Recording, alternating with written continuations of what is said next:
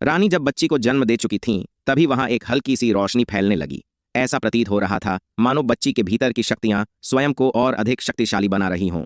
जन्म लेते ही बच्ची उन शक्तियों को महसूस करने लगी थी। यह सुनते ही शहजादे को बहुत क्रोध आ जाता है। वह जोर से बूढ़ी औरत पर चिल्लाने लगता है और कहता है, तुमने बहुत बड़ा अन्याय किया है। शहजादा अपनी तलवार निकालता है और बूढ़ी औरत की गर्दन पर रख देता है। बूढ़ी औरत डरते हुए कहती है, मुझे माफ कर दीजिए। इसके बाद क्या हुआ था मैं आपको सब बताती हूँ।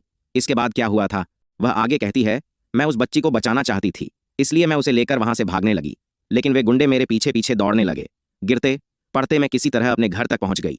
जैसे ही मैंने घर का दरवाजा खटखटाया, मुझे कुछ अजीब महसूस हुआ। ऐसा लग रहा था जैसे घर के अंदर कोई दूसरा व्यक्ति मौजूद हो।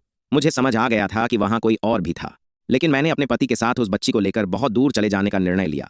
हम दोनों रास्ते में ही थे कि अचानक वे गुंडे फिर से आ गए और उन्होंने हमें पकड़ लिया। बूढ़ी औरत बच्ची का हाथ पकड़ते हुए कहती है, यही सच है।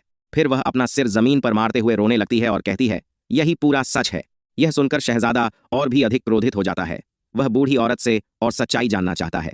तभी बच्ची अपनी शक्तियों का उपयोग करती है। बूढ़ी औरत हाथ जोड़कर कहती है, यही सच है, लेकिन मैं तुम्हें आगे की बात भी बताती हूँ।